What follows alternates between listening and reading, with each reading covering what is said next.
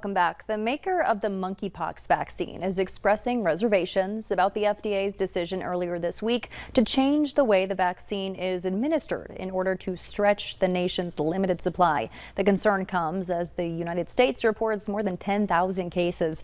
The FDA commissioner has recommended administering the shot just under the top layer of skin instead of the traditional way, so it only requires a fraction of the vaccine.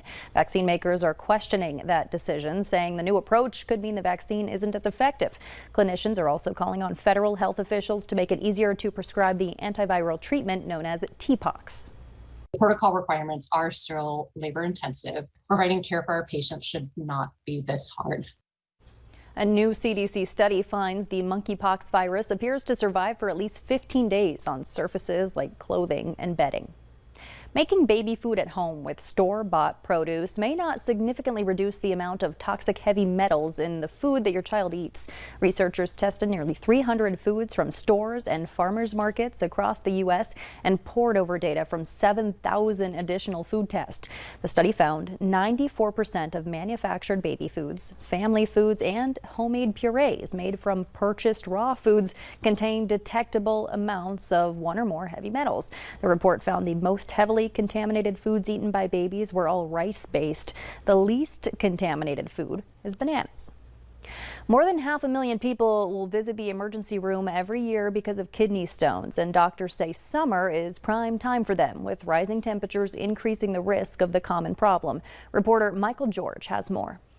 Tawana Atkinson makes sure to drink plenty of water, especially on these hot summer days. 2 gallons in the course of a day, and I try to get a little extra in there if I could. She's been upping her fluid intake after suffering a kidney stone last year. It feels rather painful.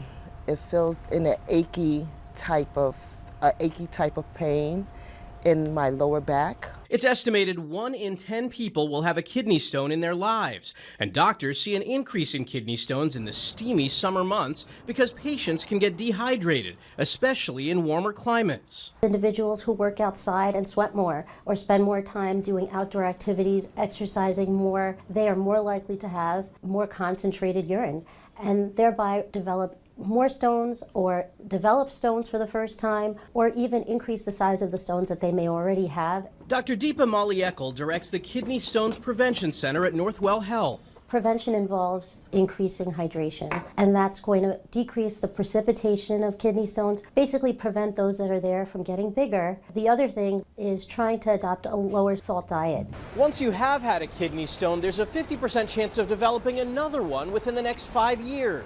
Tawana needed surgery for her kidney stone, but another was diagnosed a few months ago. They are watching it very carefully. She's also eating more vegetables and getting more physical activity to try and reduce her risk. Michael George, CBS News, New York. Some medical conditions can also increase your risk of kidney stones like obesity, high blood pressure, and diabetes.